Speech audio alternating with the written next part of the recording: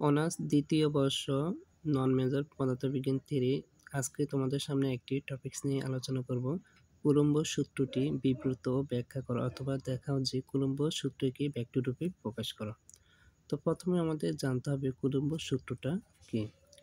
দুটি চার্জের মধ্যে পারস্পরিক আকর্ষণ বা বিকর্ষণ বলের মান চার্জিত কণা দুটি চার্জের পরিমাপের গুণফলের সমানুপাতিক। মানে দুটি চার্জ, একটা হচ্ছে Q1, একটা হচ্ছে Q2, আধান দুটি নিতে হবে। এই আধান দুটি চার্জের পরিমাপ গুণফলের সমানুপাতিক এবং চার্জ দুটির মধ্যবর্তী দূরত্ব বর্গে ব্যস্তানুপাতিক এবং এই বল চার্জ দুটি মধ্যবর্তী সংযোজক সরলরেখা বরাবর ক্রিয়া করে। সাপোজ এখন আমরা ব্যাখ্যা করে দেখাবো। ধরা যাক কোনো মাধ্যমে Q1 এবং Q2 মানে দুটি বিন্দু চার্জ পরস্পর হতে r দূরত্ব অবস্থিত। ধরা যাক Q1 Q2 তাদের মধ্যবর্তী দূরত্ব হচ্ছে r।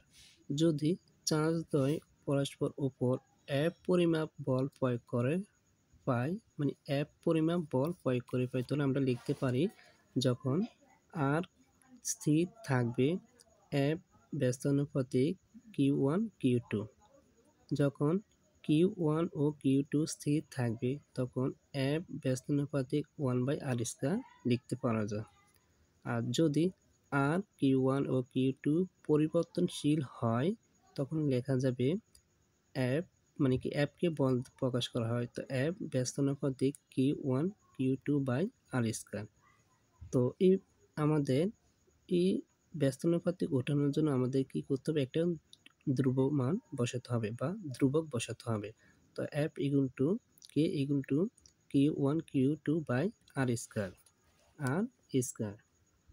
সুতরাং K হলো যে কোনো মাধ্যমে বেদন যোগ্য। এখানে K ইকুয়াল টু লেখা যায় 1/4π belongs to F equal to 1/4π belongs to not Q1 Q2/r²।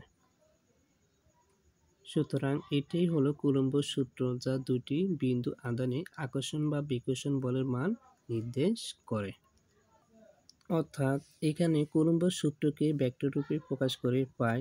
তো F ভেক্টর ইকুয়াল টু লেখা যায় 1/4π epsilon naught dot Q1 Q2/r² dot r vector. তো এখানে আমরা আর ভেক্টরের জায়গায় লিখতে পারি এই ভেক্টরটা লিখতে পারি, মানে একক ভেক্টর। তো একক ভেক্টরটা হচ্ছে কি, যে ভেক্টরের মান একক থাকে একক ভেক্টর বলে।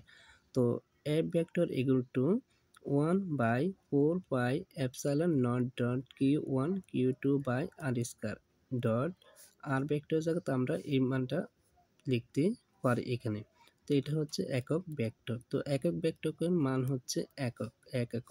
তো F equal to 1/4π epsilon naught dot Q1 Q2 by, এরপরে আমাদের এখানে হচ্ছে r², এখানে r দুটো এখানে একটা, তাহলে আমাদের কটা হবে r³ এটাই হচ্ছে আমাদের কুলম্ব সূত্রকে ভেক্টর রূপে প্রকাশ করা। আর বাকিটা হচ্ছে এই জায়গাটা বোঝানো হয়েছে, মানে কি একক ভেক্টর দ্বারা বোঝানো হয়েছে।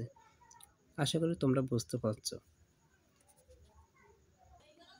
ভিডিওটি যদি বুঝে থাকো তাহলে লাইক, কমেন্ট, শেয়ার এবং কি বন্ধুদের মাঝে ছড়িয়ে দিও। ধন্যবাদ।